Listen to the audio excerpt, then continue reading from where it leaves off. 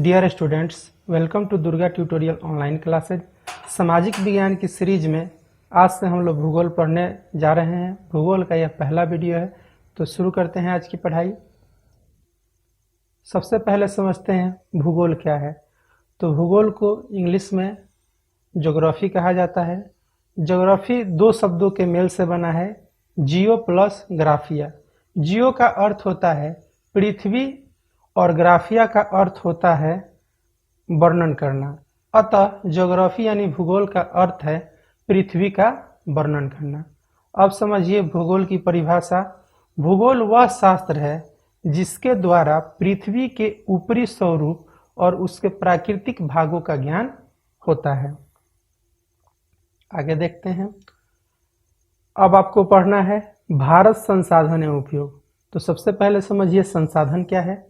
मानव जीवन में उपयोग आने वाली सभी वस्तुएं संसाधन है जो उसकी जरूरतों को पूरा करती हैं, जैसे जल, पेड़ पौधा, मनुष्य। मनुष्य के पास आप देख सकते हैं प्रश्न सूचक चिन्ह लगाया हुआ है कि कैसे मनुष्य संसाधन है, क्योंकि मानव भी मानव के काम आता है। मानव की जरूरतों को पूरा करता है, इसलिए मानव को भी हम लोग संसाधन कह सकते हैं। अब इस बात को समझिए कैसे, एग्जाम्पल से। जैसे मैं एक शिक्षक हूँ, आपको पढ़ा रहा हूँ, तो आपके लिए मैं भी एक संसाधन हूँ। एक डॉक्टर है, किसी मरीज का इलाज कर रहा है, वो भी एक मनुष्य है और वो भी किसी के लिए संसाधन है। आगे देखते हैं संसाधन का वर्गीकरण। संसाधन का सबसे पहले वर्गीकरण दो भागों में किया गया, प्राकृतिक संसाधन और मानवीय संसाधन। प्राकृतिक संसाधन क्या है? वैसी वस्तुएं या वैसा संसाधन जो प्रकृति द्वारा निर्मित है, उसे इंसान नहीं बनाया है, जैसे वायु, जल, ये सब संसाधन प्रकृति ने बनाया है, तो उसे हम लोग प्राकृतिक संसाधन कहते हैं। और वैसा संसाधन जिसे मानव ने बनाया है, उसे मानवीय संसाधन कहेंगे। जैसे कोई भी सामान आप ले सकते हैं, इसमें पंखा हो गया, टीवी हो गया, फ्रिज हो गया, ये सब मानव ने बनाया है। प्राकृतिक संसाधन भी दो प्रकार का होता है, नवीनकरणीय और अनवीनकरणीय। इसको समझिए। नवीनकरणीय में फिर दो प्रकार हो जाएगा, सतत और जैव। सतत यानी जैसे पवन, जल, सौर ऊर्जा, ये हमेशा रहने वाला है, वो सतत हो गया। जैव दो प्रकार का हो जाएगा, प्राकृतिक, वनस्पति, वन्य जीव। फिर अनवीनकरणीय दो प्रकार का हो जाएगा, पुनः चक्रीय, अचक्रीय। पुनः चक्रीय में क्या है? जैसे धातु है। अचक्रीय में है जीवाश्म ईंधन है। तो इसको समझने के लिए सबसे अच्छा रहेगा कि आप इसको नोट कर ले कहीं। मानवीय में देखते हैं। मानवीय संसाधन में चार प्रकार हो गए यहाँ पे, व्यक्तिगत, सार्वजनिक, राष्ट्रीय और। अगर कोई वस्तु आपकी है, अगर एक कलम आप अपने पास रखे हैं, तो आपका व्यक्तिगत संसाधन हो गया। लेकिन वहीं पे कहीं सरकार ने स्कूल खोल के रखा है, सरकारी स्कूल, तो वो सभी छात्रों के लिए है, तो सार्वजनिक संसाधन हो गया। राष्ट्रीय क्या है? जिसका इस्तेमाल पूरा राष्ट्र कर रहा है, वो राष्ट्रीय संसाधन हो गया। अंतर्राष्ट्रीय क्या है? वैसा संसाधन जिसका उपयोग हर देश का नागरिक कर सके या हर देश कर सके, तो वैसे संसाधन को राष्ट्रीय संसाधन कहेंगे। राष्ट्रीय में आप समझ सकते हैं, यहाँ पे एग्जांपल दिया गया है, तट से 200 किलोमीटर क्षेत्र तक आर्थिक और पर्यटक क्षेत्र कहलाता है। अंतर्राष्ट्रीय में तट से 200 किलोमीटर क्षेत्र की दूरी आगे का संसाधन है।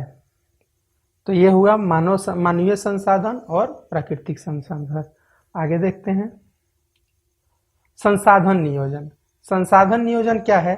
संसाधनों का विवेकपूर्ण उपयोग संसाधन नियोजन कहलाता है। किसी भी संसाधन का आप उस ढंग से इस्तेमाल कीजिए ताकि वो भविष्य में उसकी कमी ना हो और वो आपको मिलता रहे आगे भी। इसीलिए इसको कहा गया है संसाधनों का विवेकपूर्ण उपयोग संसाधन नियोजन कहलाता है। सतत विकास। सतत विकास के लिए संसाधनों का संरक्षण आवश्यक है। इसको समझते हैं सतत विकास को। तो सतत विकास क्या है? भविष्य की पीढ़ी को ध्यान में रखकर वर्तमान में संसाधनों का उपयोग करना, जिससे पर्यावरण प्रदूषित ना हो, सतत विकास कहलाता है। आप अगर अभी से अपने संसाधन को खत्म कर देंगे तो आने वाली पीढ़ी के लिए कुछ नहीं बच जाएगा, उसको कठिनाई होगी। इसीलिए सतत विकास के तहत आप किसी भी संसाधन का उस ढंग से उपयोग करें ताकि वो भविष्य में आने वाली पीढ़ी के लिए भी बचा रहे। आगे देखते हैं। पर्यावरण दिवस। संसाधन संरक्षण की दृष्टि से प्रत्येक वर्ष 5 जून को पर्यावरण दिवस मनाया जाता है। पर्यावरण दिवस का उद्देश्य यही है कि आप अपने प्राकृतिक संसाधनों का विवेकपूर्ण उपयोग करें, उन्हें बचा के रखें ताकि वे भविष्य में भी काम आ सकें। नवीनकरणीय संसाधन, अनवीनकरणीय संसाधन, एक एक करके इसको समझते हैं। वैसे संसाधन जिन्हें पुनः प्राप्त किया जा सकता है उन्हें नवीनकरणीय संसाधन कहते हैं, जैसे सौर ऊर्जा, पवन, जल, विद्युत। ये वैसे संसाधन हैं जिन्हें आप पुनः प्राप्त कर सकते हैं।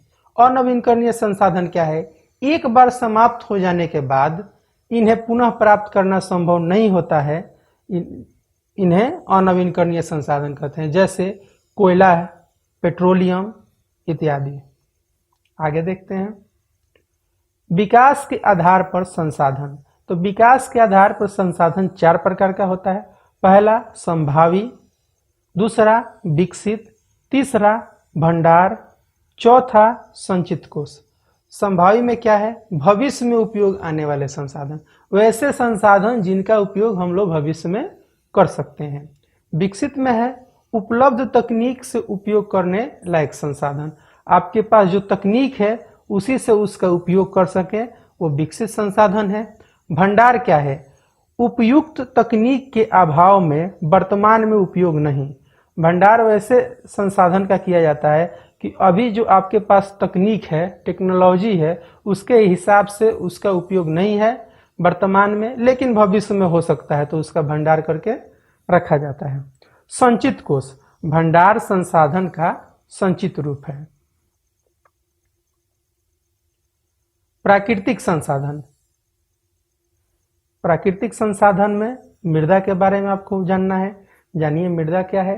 पृथ्वी के ऊपर पतली असंगठित परत जिसमें पेड़ पौधे की वृद्धि के लिए आवश्यक पोषक तत्व मौजूद होता है, मृदा है। पृथ्वी के ऊपरी सतह जिस पे पेड़ लगता है, पौधा लगता है, उसे हम लोग मृदा कहते हैं। मृदा के निर्माण के कारक ऊंचावच, चट्टान, जलवायु, वनस्पति, जैव पदार्थ, खनिज कण, समय। आगे देखते हैं मृदा के प्रकार। तो मृदा 5 प्रकार के होते हैं। पहला जलोढ़ मृदा, दूसरा काली मृदा, तीसरा लाल एवं पीली मृदा, चौथा लैटराइट मृदा, पांचवा मरुस्थलीय मृदा। एक एक करके समझते हैं सबको। जलोढ़ मृदा नदियों द्वारा बहाकर लाए गए मलबों के निक्षेप से बनी मृदा जलोढ़ मृदा है। प्रमुख फसल इस मृदा में जो की जाती है, गन्ना, चावल, गेहूं इत्यादि। काली मृदा इस मिट्टी का निर्माण दक्कन पठारी प्रदेश में बेसाल्ट चट्टानों के विघटन से हुआ है। काली मृदा का दूसरा नाम रेगुर है। प्रमुख फसल इसका कपास एवं गन्ना है। लाल एवं पीली मृदा इस मृदा का विकास अग्नेय चट्टान तथा कम वर्षा वाले क्षेत्रों में हुआ है। लैटराइट मृदा इस मृदा का विकास उच्च तापमान एवं अत्यधिक वर्षा वाले क्षेत्र में हुआ है।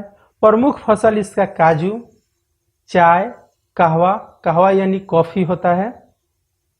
मरुस्थलीय मृदा इस मृदा का विकास लंबी शुष्क ऋतु, अल्प वर्षा, ह्यूमस, बलुई मिट्टी वाले क्षेत्रों में होता है। विस्तार इसका है राजस्थान में, पश्चिम हरियाणा में, उत्तरी गुजरात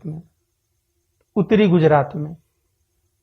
आगे देखते हैं भूमि उपयोग। अब समझते हैं भूमि उपयोग को। तो कृषि में लगी भूमि 48.83% है। अकृषि और बंजर भूमि जो कि वैसी भूमि है जिसपे कोई कृषि कार्य नहीं हो रहा है, वैसी भूमि 24.13% 80% है। वन्य 23.54%। चारागाह यानी जो पशुओं के चरने का स्थान है 2.83% है। भारत के कुल क्षेत्रफल का मात्र 54% भूमि कृषि योग्य है। ये याद रखने वाली बात है, आप इसको याद रखिएगा, मैं दोहरा रहा हूं इसको। भारत के कुल क्षेत्रफल का मात्र 54% भूमि कृषि योग्य है। भूक्षरण। भूक्षरण क्या है? मृदा का अपने स्थान से विविध क्रियाओं जैसे जल, पवन, हिमानी द्वारा स्थानांतरित होना यानी एक जगह से दूसरे जगह जाना भूक्षरण कहलाता है। भूसंरक्षण। मिट्टी के कटाव तथा उसके उत्पादकता को बचाना अथवा रोकने की क्रिया को भूसंरक्षण कहते हैं। भू संरक्षण के उपाय इसको समझिए। 4 तरीकों से भू संरक्षण किया जाता है। समोच्च जुताई, पट्टिका कृषि, वन रोपण, फसल चक्रण। आज के अध्याय में इतना ही। मिलते हैं अगली वीडियो में। अगर आपका कोई सुझाव हो तो हमें कमेंट करके जरूर बताएं। Thank you.